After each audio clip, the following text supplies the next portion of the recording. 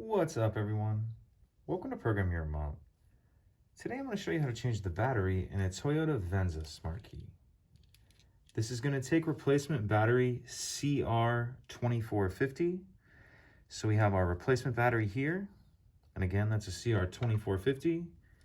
The first thing we need to do is remove the emergency key out of the bottom, and that's done by pressing this little button release right here. Slide that over, then your emergency key will pull out like this. If you notice on the tip of this key, there's a little bit of a lip on it, and we're actually going to use this key to open the rest of it.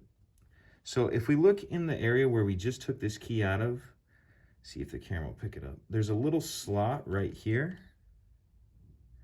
And what we want to do is, and again, as you can see in this angle, we have that little bit of a lip on the key. We're going to push that little bit of a lip in that slot and then just turn it. So I just put it in that slot and then twist it like this, and it'll pop it open just a little bit.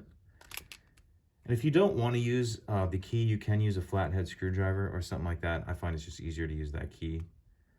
But anyway, once you do go ahead and get it popped open, and we take our board out and we see it right there. What I like to do then is, if you grab this key, and you kind of just get under the edge of it a little bit to get it started like that. Grab our new one and make sure that you're installing that with the plus side up. So we have our plus side up, snap it in like that. Line this up in here. And you can make sure you have it in the right spot, because this little cut right here is kind of at an angle, as you can see, so it can only go in one way. So line that up, get that set in there, snap the back on, and then reinstall our emergency key. And that's it. Pretty simple. If you have any questions, please let me know.